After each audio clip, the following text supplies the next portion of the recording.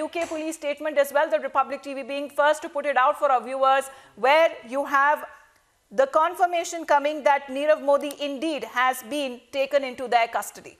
Oh yes, that is a statement we'd also try to put out on our screens right now. And as I said, everything now is moving towards that one process, extradition, because extradition, Amita, is what New Delhi wants. New Delhi wants that this man should come back here and face the laws, much like you're looking at Christian Michel right now, and much like I think what the fate of a Vijay Mallya will be. And a lot of alibis is, again, Amita, what you've heard from this man. He earlier said he was being made a scapegoat.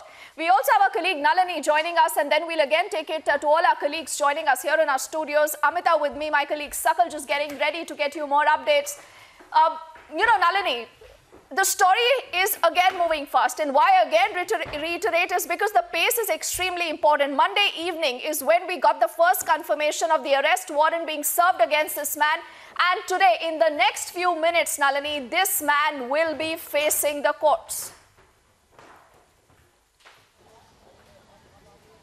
Well, Deepthi, absolutely. And what we need to understand over here is that this is not just an effort that has been taken in the past few days, ever since Monday, like you're correctly pointing out, but this has steadily been happening over the past several months. Ever since we saw Christian Michel being brought back to India, we've seen a steady crackdown on several extraditions that are being taking place all across the world, just to ensure that all of these people who've cheated India and run away are in fact brought to books. And that is essentially what's happening with Nirav Modi in this case as well. We've seen the investigating agencies, the CBI as well as the ED, come forth and tell the court repeatedly that they've put in an extradition request for Nirav Modi, and this is we're talking about back in December 2018 is when we're talking about this. So they've come forth and they've categorically told the court that they've put in a request for extradition and the process is underway. Just a few days back, we had also seen one of the Enforcement Directorate officials come forth and state that the process is undergoing, it is happening, and we can expect some fast-paced developments over the next few days, and that is exactly what has happened right now. Within the next 20 to 25 minutes, we will be seeing Nirav Modi being produced before the Westminster Court in London,